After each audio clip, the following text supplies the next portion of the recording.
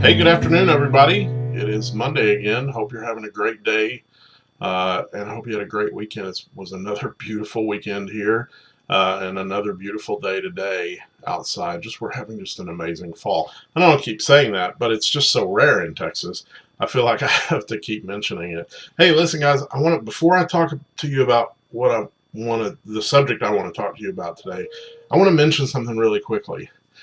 So for years, I've written the blog, anxietydiaries.net, and I've noticed that over the years, readership has dropped off, and I think it's mostly just because there's not a lot of people who are still reading blogs on a regular basis, especially not blogs like mine that were sort of long form.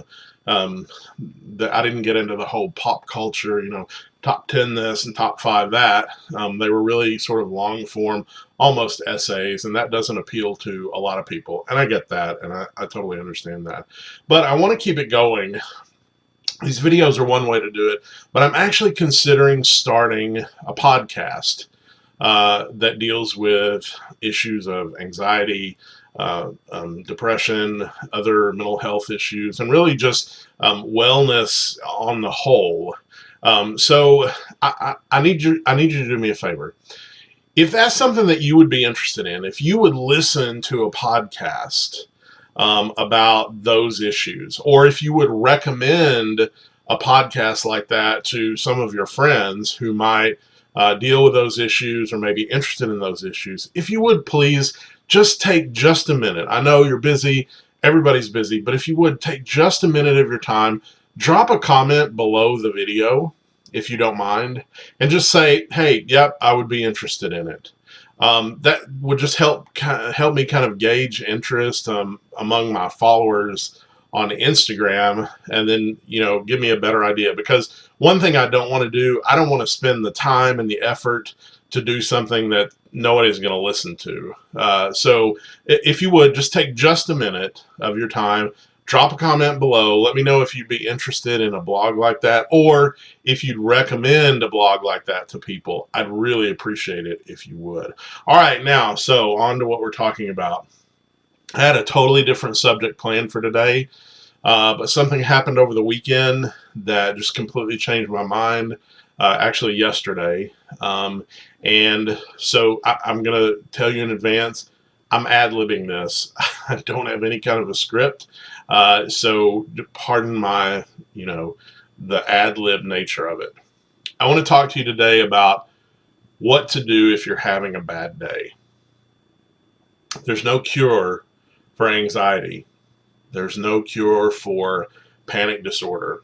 There's no cure for panic attacks. There are, of course, medications and other more natural supplements and techniques that help.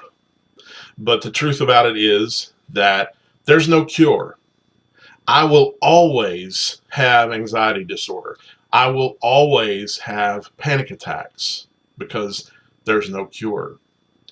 Now, that doesn't mean that every day I will have one or that every day will be a bad day. In fact, for about the last year, I've had mostly good days, even considering the pandemic and COVID and the chaos that's going on in the world right now. Even considering those things, I've had mostly good days the last year or so.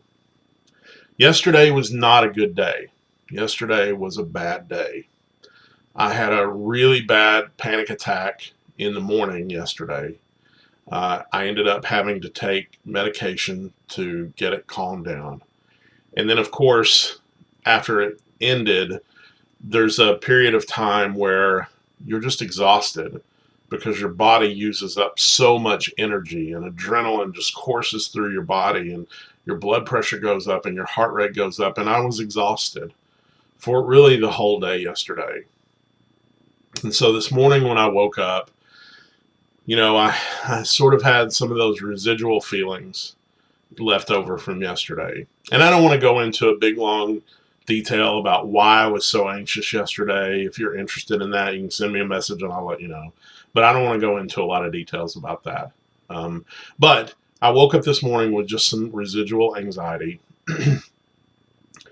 But I just made a determination this morning. I just decided this morning that I wasn't going to let it affect 2 days in a row. And so I got up, went through my normal morning ritual. I went outside, took a walk right out of bed. Um, you know, got some good exercise in. Ate breakfast, came back to the house, and went to work immediately on school stuff and stuff for my students. And so, in doing those normal things, that helps curb those anxious feelings. And that's the best advice I can give you, really, as far as what to do on a really bad day or the day after a really bad day. We're going to have them. There's no question about that. We're going to have bad days. When you have one, the best advice I can give you is just roll with it. Let those feelings of anxiety and nervousness, let them happen. Don't fight them. One of the worst things that you can do for those feelings of anxiety and tension and stress and fear and worry is to try to fight them. Let them happen. Let yourself experience those feelings. Remind yourself that they're only temporary, they will end. And then allow them to end in a natural course. Of course, if you need to take some kind of medication to calm it down, like I did yesterday, because it was taking a toll on my body, then do that. But don't try to fight the feelings. Accept them, let them happen, let them come to you as they will, and then let them go away as they will, because they will go away. Another thing that you can do is like I did this morning.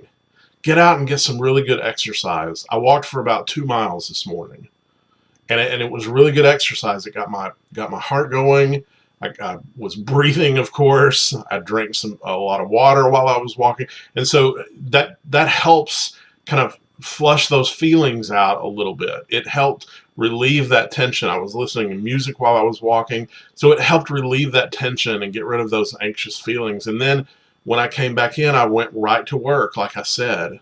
When you're feeling those feelings of anxiety, of course, unless it's a major panic attack, but if you're just feeling those general feelings of anxiety, the best thing that I've known to do is number one, like I said, let them happen. But number two, do things that you normally would do. Go about your normal business for your day.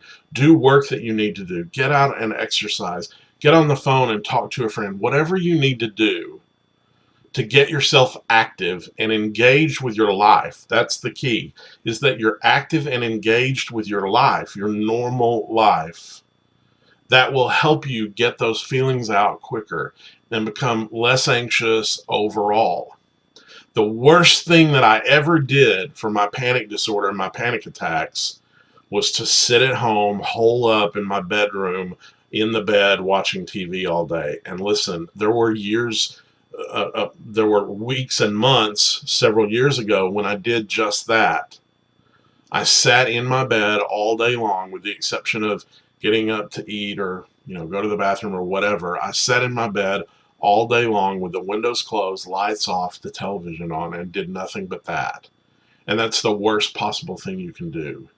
Get up, get moving, get on with your normal life, and let your normal life happen. And let those feelings of anxiety happen, because they happen to everybody, not just people with anxiety disorder. They happen to everybody. So let them happen, but live your life. That's the most important thing. Don't stop living your life because of it. Because if you do that, if you stop living your life, then you've given in and you allow that anxiety to take over and become who you are and not just a part of who you are. That's what I wanted to talk to you about, folks, today. I hope you're having a great day. Again, I'm sorry for the ad-lib nature of that, but it was what was on my mind because of yesterday. Take care of yourselves wherever you are. I hope that you are healthy. I hope that you are happy. And I hope that you are having an awesome day. Take care, and we'll see you again soon. Bye-bye.